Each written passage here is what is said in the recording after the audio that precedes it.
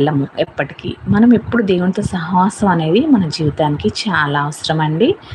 అట్లాగే ఆయన ఈ లోకానికి వచ్చి ఎలా అయితే తన ప్రాణాన్ని అర్పించి పాపులైన మన కొరకు ఎట్లయితే మన కొరకు ఆయన పాపిగా మారి ఆ కల్వరి కొండ మీద ఆయన ఎట్లయితే భరించారో ఆ శిలువ మరణాన్ని ఎలా అయితే అప్పచెప్పుకున్నారో మన కొరకు ఆయన ఎలా అయితే మరణించారో న్యాయపు తీర్పు తీర్చిపడ్డారో ఎట్టి త్యాగాన్ని చేసిన ఆయన్ని మనకి ఇంత గొప్పగా ఇలాంటి మరణము ఇంత గొప్పగా త్యాగం అనేది ఎవ్వరు చేయలేదండి.